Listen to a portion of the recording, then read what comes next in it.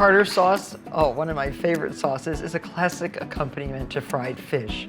This is one of the simplest sauces to make. It's a mayonnaise mixture combined with, well, let me show you, capers, cornichons, which are these nice sour French pickles, and shallots, and lemon juice.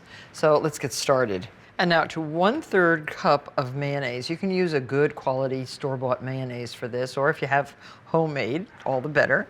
Add 1 shallot that's been very finely chopped.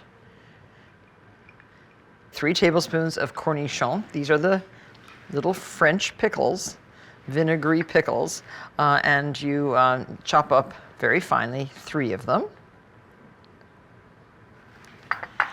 2 tablespoons of capers. Make sure if they're very, very salty, rinse them. And I'm using the small capers. Some salt and some pepper, freshly ground black pepper. And the juice of half a small lemon. Basically about a teaspoon, 2 teaspoons of lemon juice. And this tartar sauce will greatly enhance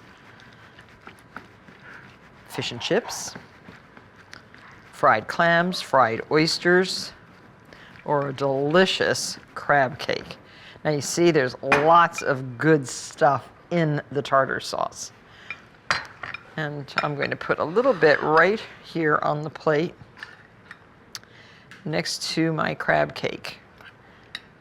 This is a lump crab cake made with fresh peaky toe crab from Maine.